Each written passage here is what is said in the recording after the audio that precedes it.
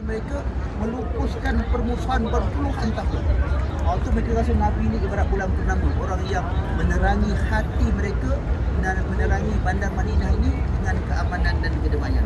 Jadi mereka sambut ni, anak-anak sambut, orang tua sambut, semua. Bila mereka menyambut ni, akhirnya masing-masing ni, contohlah kalau Rasulullah naik kuda ni, dia ada tali kuda, betul mas? Ni macam betul lah tali kan, kuda kan. Masing-masing berebut ni nak tarik ni. Rasulullah datanglah rumah saya, Rasulullah datanglah rumah saya. Orang Ansar ni tak kaya tadi. Dia sederhana, tak semua kaya. Tapi sungguhnya mereka nak memuliakan Rasulullah SAW, mereka tarik ni. Mehlah ke rumah saya, mehlah ke rumah saya gitu. Jadi Nabi SAW tersenyum dan berkata, biarkan untuk berjalan. Kerana Allah akan memerintahkan untuk ini berhenti di mana tempat yang diperintahkan oleh Allah SWT. Maka dalam perjalanan daripada Kubah nak ke sini tu, orang dah mula Rasulullah beritahu begitu, mereka pun siap. Tunggulah, tunggu arahan selanjutnya. Arahannya apa tadi? Biarkan unta ini berjalan. Di mana unta ini berjalan, di situlah aku akan berehat. Di sinilah baginda akan berehat. Jadi masing-masing tunggu unta berhenti kat mana? Unta jalan, berhenti. Unta jalan, dia berhenti. Berhenti semua tunggu. Berhenti semua tak boleh. Unta tak turun lagi, jalan lagi. Akhirnya unta ni sampai ke Masjid Nabawi. Kemudian dia duduk. Pada unta dibangun balik. Orang dah suspend dah. Kat mana? Kat mana? Unta tu unta belakang sikit dan berhenti.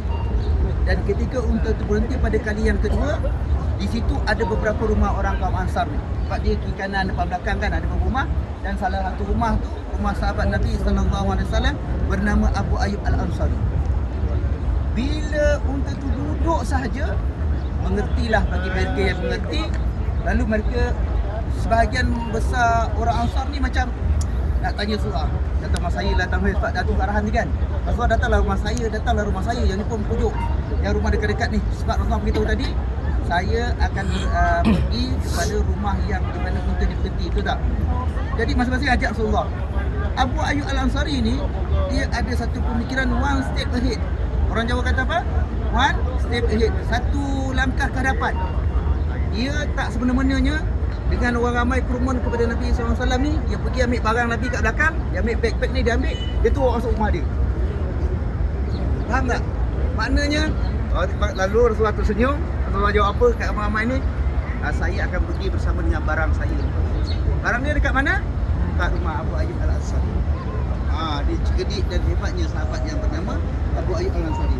Maka bertuahlah Abu Ayyub Al-Ansari kerana rumah dia menjadi tempat rehat penginapan Nabi SAW selama sebulan. Dan di mana rumah Abu Ayyub Al-Ansari? Kil dikatakan dalam sejarah, Ustaz kita beritahu antaranya pada bahagian hadapan. Tadi tak pakai ni. Tempat dia tiang tu kan? Enggak. Jadi sudah ada satu tanda. kau pakai je. Dia tak boleh tunjuk dekat lah. Nah, dia dengan Masjid Nabawi. Ada yang mengatakan bahawa dah termasuk dalam bahagian Masjid Nabawi. Apapun dia berada di bahagian sini. Jadi tuan-tuan, kisah yang berlaku Abu Ayyub Al-Ansari ni, dia sangat memulia dan kasih kepada Nabi SAW. Maka Abu Ayyub ni orangnya, dia agak senang. Rumah dia 2 tingkat. Dia double story. Double story, tak tahulah terrace ke double story banglo ke, tapi double story lah. Jadi dia kata, ya Rasulullah, tuan duduk ke atas, biar saya dengan isteri saya duduk di bawah. Kerana tak mulia kalau kami duduk di atas, tuan duduk di bawah. Rasulullah kata, tak boleh, saya duduk di bawah. Jadi kamu nak datang, nanti menyusahkan kamu, saya duduk atas, nanti kamu sambil atas, mengganggu kamu kan. Tapi kamu duduk atas, dari sini atas, saya di bawah. Abu Ayyub ni tak puas hati juga. Dia cakap, ya Rasulullah, tak boleh Rasulullah, takkanlah saya nak berjalan di bawahnya ada kamu. Dan saya tak mampu nak buat macam itu. Rasulullah kata, tak apa, saya redha. Maka duduklah Abu Ayyub Al-Ansari di atas, Rasulullah duduk di bawah. Tuan-tuan, Abu Ayyub ni jadi bersalah sangat, sehingga kan pada waktu dia nak berjalan tu, dia mengesot. Kenapa? Rumah dulu dia punya lantai daripada kayu. Kalau berjalan di bumi. Kalau tuan-tuan pergi surau malam, surau apa? Al-Kufah gitu lah. Asal semayang sujud dia, dia kayu. Kat kampung itu kayu ada bunyi. Jadi dia jalan tu terpaksa mengesot. Kerana nak elakkan terganggunya Nabi SAW ada kat bawah. Takut habuk-habuk jatuh, takut mengaibkan Nabi sallallahu alaihi wasallam. Dan dalam beberapa lama, beberapa minggu, akhirnya ditakdirkan oleh Allah Subhanahu wa taala pada satu hari ketika malam kita kan sejuk kan, dengan cuaca yang begini, Allah mentakdirkan air itu tumpah daripada atas. Bila tertumpah, dia lalu celah kayu, kena Nabi sallallahu alaihi wasallam. Allah lagi sedih dia. Aduh, menyesal kita, Allah bersalah rasanya. Lalu mereka berjumpa dengan Rasulullah, ya Rasulullah, naiklah ke atas, janganlah kami tak lagat dah. Tak mampu dah nak kontrol, tak mampu nak kawal dah. Tak tahu Rasulullah, naiklah ke atas, biar kami duduk di bawah, tak apa. Akhirnya Rasulullah setuju, Rasulullah pun duduk di atas, Abu Ayyub Al-Ansari duduk di bawah. Tuan-tuan, begitu sayang cintanya kasih sahabat ini kepada baginda Nabi SAW, sehingga kan kita tingkat atas tingkat bawah tak ada apa pada kita, tapi kerana kemuliaan Nabi SAW, dia merasa tak saja kita berada di atas walaupun tingkat yang berbeza, ya? Tak nak menyusahkan Nabi, tak nak bagi sedih, tak nak Nabi kecil hati dan sebagainya. Begitu sayang, ya? Abu Ayyub Al-Ansari. Dan tuan-tuan, kalau kita tengok rumah asal Abu Ayyub Al-Ansari, ya? Tetapi jasad Abu Ayyub Al-Ansari di mana? Adakah dalam ni, adakah di bakit atau di mana? Jenazah Abu Ayyub Al-Ansari ada di Konstantinopel. Bukan di bakit. Ada di Turki sana pun. Nampak tak? Kerana apa tuan-tuan, Abu Ayyub Al-Ansari ni diberi umur yang panjang oleh Allah SWT sehingga umur 80 lebih. Dan dia hidup zaman sampai Khalifah Umayyah. Khalifah Umayyah, dan ketiga Panglima Yazid. Panglima Yazid ini antara seorang panglima yang hebat, ya. Mereka ini dengar ada satu hadis Nabi sallallahu alaihi wasallam yang bermaksud akan datang satu ketika dan saatnya, ya, satu pemimpin yang terbaik, yang mempunyai tentera yang terbaik, yang mempunyai rakyat yang terbaik akan menawan Konstantinopel. Jadi selepas Nabi wafat, berbondong-bondong panglima tentera Islam ni nak pergi Konstantinopel untuk menawan di Turki sana, ke Istanbul.